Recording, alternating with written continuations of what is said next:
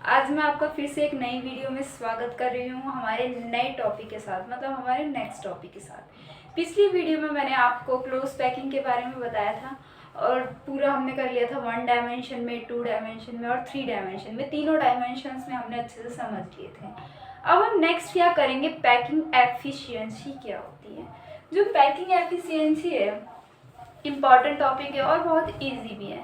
Packing efficiency का पहले मतलब समझिए क्या होता है। हमारे पास, क्योंकि हम पूरे के पूरे चैप्टर में we are talking about the structures, हम स्ट्रक्चर्स की बात कर रहे हैं, तो हम सॉलिड के स्ट्रक्चर की बात कर रहे हैं। आपके पास कोई भी एक सॉलिड होता है, उसके अंदर एटम्स होते हैं बहुत सारे, तो वो एटम जितना वॉल्यूम ऑक्यूपाइड कर लेते हैं, वो परसेंटेज जिससे वो वॉल्यूम ऑक्यूपाई कर लेते हैं, उसे हम पैकिंग एफिशिएंसी कहते हैं। मतलब एटम्स किस तरीके से किसी सॉलिड में पैक हो रहे हैं, दैट इज उसकी पैकिंग एफिशिएंसी होगी वो। अब हम वन बाय वन, पहले तो मैंने पैकिंग एफिशिएंसी की डेफिनेशन दी है बहुत ही स्मॉल में। Percentage of total space occupied by the particle in a solid is called packing efficiency. कितना स्पेस कोई पार्टिकल्स, मतलब वो सारे पार्टिकल्स कितना स्पेस एक पार्टिकुलर सॉलिड में ऑक्यूपाई कर, that is our packing efficiency. अब हम पैकिंग एफिशिएंसी निकालेंगे क्योंकि हमने अलग अलग स्ट्रक्चर पढ़े। हमने HCP, CCP, ये तो एक ही चीज़ है, और भी हमने फेस सेंटर्ड वाला पढ़ा, हमने बॉडी सेंटर्ड पढ़ा, ये सारी यूनिट सेल के बारे में पढ़ा। तो अब हमें ये जानना है कि इन यूनिट सेल की कितनी पैकिंग एफिशिएंसी होती है। एक्चुअली इनका एक परसेंटेज होता है जिसकी बेसिस पे, मतलब हम इसकी पैकिंग एफिशिएंसी का परसेंटेज पहले निकालेंगे। और क्योंकि हमें पता भी होना चाहिए तो आप रिमाइंड भी कर ले, याद भी कर ले, क्योंकि एक नंबर में आ सकता है कि द गिवन FCC का आप कितना यूनिट्स, कितने परसेंटेज ऑफ पैकिंग एफिशिएंसी कहते हैं, किसकी पैकिंग एफिशिएंसी सबसे ज़्यादा होती है, किसी सबसे कम होती है। वो जानने के लिए सबसे पहले हम सबसे किसका निकालेंगे, हम पहले CCP और HCP ले रखा है मैंने। CCP और HCP ये दोनों चीज़ ही एक होती है। SCP hexagonal close packing, CCP cubic close packing. ये मैंने आपको लास्ट वीडियो में बताया था। क्यूबिक क्लोज पैकिंग और HCP दोनों एक ही चीज़ होती है, और आप इसकी जगह पे FCC भी कह सकते हैं। क्यों? क्योंकि इसमें एटम्स एक तो आपके कॉर्नर पे तो प्रेजेंट होते ही होते हैं, साथ के साथ आपके फेस के सेंटर पे भी प्रेजेंट होते हैं। तो आज की वीडियो में स्टार्ट करते हैं यहाँ से, क्योंकि पैकिंग एफिशिएंसी डन हो चुका है। नेक्स्ट हम करेंगे यहाँ से, मैंने आपको एक स्ट्रक्चर बना के दिया है, एक क्यूब का स्ट्रक्चर। अब हमें क्या निकालने है, इसकी पैकिंग एफिशिएंसी निकालनी। कैसे निकालेंगे हम? ये पैकिंग एफिशिएंसी का फॉर्मूला होता है total volume occupied by the total volume occupied of unit cell. कि यूनिट सेल कितना टोटल वॉल्यूम होगा पूरे का, मतलब आपके पास जो दे रखा है सॉलिड, उसका volume to the volume occupied by unit cell. और यूनिट सेल ने कितना वॉल्यूम ऑक्यूपाई किया, वो क्या होगी उसकी, उन दोनों का रेशियो आपका क्या होगा, पैकिंग एफिशिएंसी। तो हम निकालने जा रहे हैं, एक सेकेंड, यहाँ पे टोटल वॉल्यूम ऑक्यूपाइड यहाँ पर इंटू 100 आएगा, क्योंकि हमें परसेंटेज निकालना है तो 100 तो लगाना ही पड़ेगा परसेंटेज निकालने के लिए, और ये परसेंटेज में आना चाहिए, इसलिए मैंने 100 से मल्टीप्लाई किया। आपके पास ये स्ट्रक्चर है। आपको क्या करना है, आपको ये बात पता होती है कि दो जगह पे कॉर्नर्स पे तो प्रेजेंट होते ही होते हैं। अब वो देखने की बात होती है, मैंने जब स्ट्रक्चर्स बनाए होंगे तो मैंने बहुत डॉट डॉट करके दिखाया होगा, लेकिन एक्चुअल में ये बहुत बड़े बड़े एटम होते हैं। ये ऐसे टाइप के होते हैं, जैसे यहाँ पे मैंने एक बना दिया, आप ए यहाँ लिख सकते हैं, और एक मैंने यहाँ बना दिया। यहाँ तो होते ही हैं, साथ के साथ क्योंकि ये आपका एक फेस आपको दिखाई दे रहा होगा, तो फेस पर भी आपका क्या होता है, एक पार्टिकल प्रेजेंट होता है। एक यहाँ पे हो गया, ये मैंने थोड़ा छोटा बना दिया, आप देख लेना, आपको समझना है, बस ये समझने के लिए करना है। तो आप छोटा बना लीजिए, बड़ा बना लीजिए, जैसा आपको समझ में आता है वैसा कर लीजिए, लेकिन ये साइज सेम रहेगा तीनों का। अब हम क्या करेंगे कि जो इसकी एज लेंथ है उसे क्या कंसीडर करेंगे, ए। एज लेंथ कैसे, क्यों? जैसे ये एज है, ये भी एज है, और ये भी एक एज है। अब आप एक काम कीजिए, ये जो आपके पास जॉइन है, इसको मैं यहाँ ऐसे बना के दिखा देती हूँ। ये थोड़ा दूर दिखेगा ना अलग से, तो आपको ज़्यादा समझ में आएगा। मैंने इसको ऐसे जॉइन कर दिया है, ये आपका ए है, ये आपका सी है और ये आपका बी है। अगर आप ध्यान से देखें तो आपको जो ये वाला पार्ट है ये क्या दिखाई देगा, एक राइट एंगल्ड ट्रायंगल दिखाई देगा, जिसको अगर मैं सीधा बनाऊं तो ये कुछ ऐसा दिखेगा आपको। ये होगा आपका ए, ये बी और ये सी। आप ये वाला करें, इस टाइप का ये ट्रायंगल है जिसमें आपके पास ये एटम्स ऐसे लगे हुए हैं, ये एटम यहाँ, एक बीच में और एक यहाँ। ये हो गया डन। उसके बाद मैंने इसकी एज लेंथ ए ली है, तो आप ये देखेंगे इस ट्रायंगल में हमारे पास ए बी, ये ए बी है और ये बी सी है। ये क्या है, ए बी से ए बी और बी सी, ये दोनों हमारे पास एज है।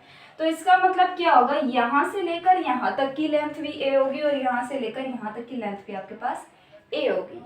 सेकेंड थिंग, ये जो बीच में लाइन जा रही है जिसे हमने ज्वाइन किया था, ये वाली जो लाइन है, ये वाली, इसे भी हम अपनी तरफ से नाम देंगे और इसे हम क्या नाम देंगे, बी। मतलब आपके पास इस ट्रायंगल में A B and B C दोनों इक्वल भी है और ए के इक्वल है ये दोनों, क्योंकि ये दोनों क्या है, ये दोनों एज लेंथ है, इसीलिए इसको ऐसा कर देंगे। ओके, और आपके पास जो ए सी है वो किसके इक्वल है, बी के इक्वल है। अब आप इसमें, क्योंकि आपके पास ये क्या है, एक राइट एंगल्ड ट्रायंगल है, we are talking about cube, cube की एक फेस लिया हमने, तो हमारे पास एक राइट एंगल्ड ट्रायंगल बनेगी। तो राइट एंगल ट्रायंगल में पाइथागोरस थ्योरम लगा सकते हैं आप। आपको पाइथागोरस थ्योरम लगाएंगे तो आपके पास क्या आएगा, मैं यहाँ से मिटा रही हूँ इसको, क्योंकि ये वाली बात तो आपको समझ में आ ही गई होगी, हम इस ट्रायंगल की बात कर रहे हैं। तो पाइथागोरस थ्योरम के हिसाब से मैं ये कह सकती हूँ कि A C square will be equals to A B square plus B C square. और ए सी आपके पास किसके इक्वल है, बी के इक्वल, तो आप यहाँ पे बी सी स्क्वायर करेंगे और ए बी और बी सी दोनों ही आपके पास ए स्क्वायर प्लस ए स्क्वायर हो जाएगा। तो बी स्क्वायर किसके इक्वल है, 2a स्क्वायर के इक्वल, और आपके पास b किसके इक्वल आ गया, √2a। ओके, तो ये जो मैंने कैलकुलेशन की है, मैं होप करती हूँ कि आपको समझ में आ गई होगी। तो स्पेस कम है तो मैं यहाँ पर जो हमारा रिजल्ट आया था मैं यहाँ लिख रही हूँ। आपके पास एक रिजल्ट ये आया था, इसको हम इक्वेशन 1 मार्क करेंगे। नेक्स्ट हम करेंगे, मैं इसको फिर से रब कर देती हूँ। अब हमारे पास b की एक इक्वेशन तो ये आ गई, b is equals to √2 of a होता है। सेकंड हम कैसे इक्वेशन निकालेंगे, आपके पास जो ये गिवन है, ये जो मैंने बनाया था ऐसे करके,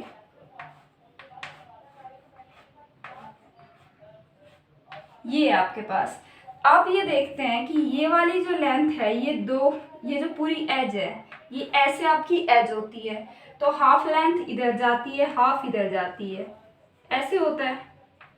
तो ये पूरे सेंटर से जा रही है, इस टाइप का होता है ये कुछ ऐसे, और यहाँ पर भी वैसे बने होते हैं। तो यहाँ से लेकर यहाँ तक अगर आप इस पूरे को एक स्फीयर कंसीडर करें या फिर आप सर्कल के रूप में अगर आप इसे देखेंगे, तो यहाँ से यहाँ तक का डिस्टेंस इसकी रेडियस हो जाएगी। सेम एज इट इज़ यहाँ से यहाँ तक की डिस्टेंस भी इसकी क्या हो जाएगी, रेडियस हो जाएगी। मतलब जो आपकी एज लेंथ है, आप ए को 2r लिख सकते हैं, क्योंकि एज लेंथ हमारे पास ए है।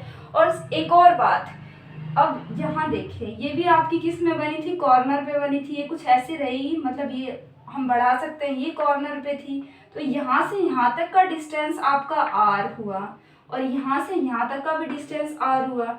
तो अब इसमें क्या है, इसका तो पूरा डायमीटर आ रहा है, मतलब ये r है और ये भी r है, तो ये टोटल किसके इक्वल, ये भी r ये भी r। अगर आप पूरे r's को काउंट करें, 1 2 3 4 हो गया, और 4r हो गया, ये पूरा 4r के इक्वल हो गया। और हमने क्या किया था, हमने इस वाली लेंथ को b कंसिडर किया था, मतलब हमने AC को b लिया था। यहाँ पे मैं लिख देती हूँ कि हमने AC को b लिया था। यहाँ से हमारे पास इक्वेशन आए कि b किसके इक्वल हो गया 4r के इक्वल हो गया। समझ में आई बात, मतलब हमने, मान लीजिए आपकी एक एज है, एज पे मैंने एटम रखा है, एटम कुछ इस तरीके से रखा हुआ है, कॉर्नर्स पे रखा हुआ है, क्योंकि तो कॉर्नर, तो इसकी कितनी रेडियस वाला पार्ट आएगा, इसका रेडियस कितना हो गया, 2r हो गया। और ऐसे ही ये वाला 2r हो गया, और बीच में भी क्या है, 2r है, तो 2r इसका और एक आर इसका, तो कितना हो गया 4r हो गया। 4r के इक्वल ये आपकी सेकंड इक्वेशन हो गई। तो इस इक्वेशन को मैं यहाँ दोबारा से लिख रही हूँ, b is equals to 4r हो गया आपका सेकेंड। अब आप देखिए, आपने पढ़ा होगा कि जब भी दो साइड इक्वल हो जाती है, ये आपके पास जो दो इक्वेशन है इसमें एक साइड इक्वल है, इसकी b है और दूसरी साइड अनइक्वल है, तो हम ये कह सकते हैं from equation first and to,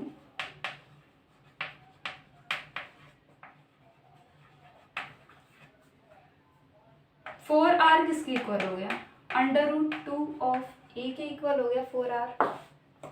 clear है। उसके बाद हमें निकालना क्या है, हमें तो a चाहिए ना। a कैसे निकालेंगे, a यहाँ पर रहेगा आपका और ये वाला जो पार्ट है √2 ये इसके नीचे आ जाएगा। अब आप इसे रैशनलाइज कर ले। रैशनलाइज कैसे करते हैं, सेम से डिवाइड और सेम से मल्टीप्लाई। आपके पास आ जाएगा 4√2r डिवाइड बाई 2, कैंसिल हो गया ये आपके पास है 2√2 ऑफ r। मतलब आपके पास a की वैल्यू क्या है, ये जो a की वैल्यू है ना 2√2r, ये क्या होती है, ये वॉल्यूम ऑक्यूपाई, ये वो पार्ट होता है, वॉल्यूम होता है, मतलब ये a की वैल्यू है, सॉरी, क्योंकि ये a की वैल्यू है, a क्या है, एज लेंथ है। अब जब आप इसका क्यूब करेंगे तो आपके पास वॉल्यूम आएगा, और ये एक किसकी एज लेंथ है, हमने एक यूनिट सेल की एज लेंथ ली थी। मतलब हमने वो जो क्यूब बनाया था ना वो क्या था, एक यूनिट सेल था, और उस यूनिट सेल की एज ये है। अब एज ये है तो वॉल्यूम हम कितना करेंगे, a का क्यूब कर देंगे तो अपने पास वॉल्यूम आ जाएगा, जो जिससे हमें इस वाले को डिवाइड करना है। तो यहाँ तक आपको बात समझ में आ गई।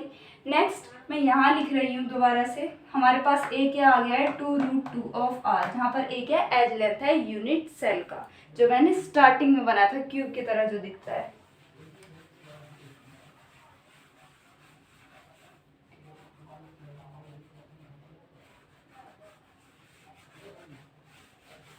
अब हमारे पास ये आ चुका है। अब आप ये देखिए, ये जो आपके पास एटम है कौन सा, मतलब हमने कौन सी बात करी, सीसीपी की बात कर रहे हैं हम, यूनिट सेल कौन सा ले रहे हैं, एचसीपी या सीसीपी ले रहे हैं। तो आप ये याद करिए कि इसमें कितने एटम्स होते हैं। Number of atoms in HCP and CCP हमने कितने निकाले थे, हमने 4 निकाले थे। 3 कहाँ से निकले थे, फेस से निकले थे, और एक किससे निकला था, कॉर्नर के कॉन्ट्रीब्यूशन से। तो इसमें एटम्स कितने हुए, 4 हुए, टोटल 4 होते हैं इसमें एटम्स। और अब 4 एटम्स हो गए, ये जानने, ये क्यों किया हमने, क्योंकि जब हम टोटल वॉल्यूम ऑक्यूपाई निकालेंगे पूरे का यूनिट सेल का, तब हम ये देखेंगे टोटल वॉल्यूम में चारों का आएगा, मतलब चारों एटम्स, 4 एटम्स का कॉन्ट्रीब्यूशन है ना, क्योंकि उसमें तो हम 4 से मल्टीप्लाई करेंगे उसको। और क्योंकि हमें वॉल्यूम निकालना है, तो वॉल्यूम क्या होता है, स्फीयर कंसिडर किया है, तो वॉल्यूम क्या आएगा, यहाँ निकाल रही हूँ मैं, volume occupied, total volume occupied कितना आएगा हमारा, 4 तो आएगा ही, क्योंकि 4 एटम्स हैं। एचसीपी ले लेंगे तो 4 हो जाएगा, और बीसीसी की बात करेंगे तो 2 एटम्स का होता है, उसमें 2 एटम्स प्रेजेंट होते हैं उसमें पर यूनिट सेल, 2 एटम्स, और इसमें पर यूनिट सेल कितने होते हैं, 4 एटम्स। 4 से मल्टीप्लाई किया। Next volume occupied, because we are talking about sphere, तो वॉल्यूम का स्फीयर का वॉल्यूम होता है 4/3 पाई आर क्यूब होता है, और ये हो गया आपका टोटल वॉल्यूम ऑक्यूपाई। एक सेकेंड, टोटल वॉल्यूम ऑक्यूपाई हो गया ये। इसको निकालना है तो क्या निकालोगे, इसको ऐसे सॉल्व कर दोगे, 16/πr क्यूब आ जाएगा। और नीचे वाला तो हम निकाल ही चुके हैं, ये क्या a आ गया हमारे पास। अब वॉल्यूम निकालोगे तो a का क्या हो जाएगा, क्यूब हो जाएगा, volume of unit cell.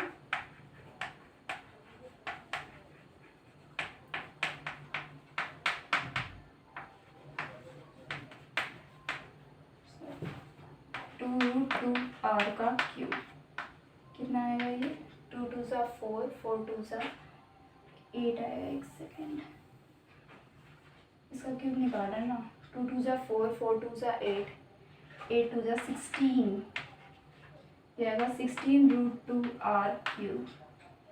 Solve करेंगे तो हो गया क्लियर। ये तो आ गया आपका volume.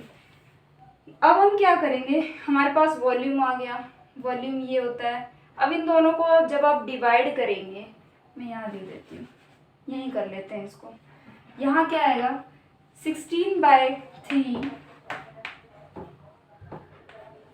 Pi R cube divide by 16√2 R cube into 100, क्योंकि हम पैकिंग एफिशिएंसी निकाल रहे हैं। यहाँ से ये आपका कैंसिल हो जाएगा, यहाँ से ये कैंसिल हो। जब आप इस पूरे को सॉल्व करेंगे तो आपके पास आंसर क्या आएगा, ये परसेंटेज में आंसर आएगा और आपके पास आंसर आएगा 74%। तो ये पैकिंग एफिशिएंसी आ गई आपकी HCP या फिर CCP की।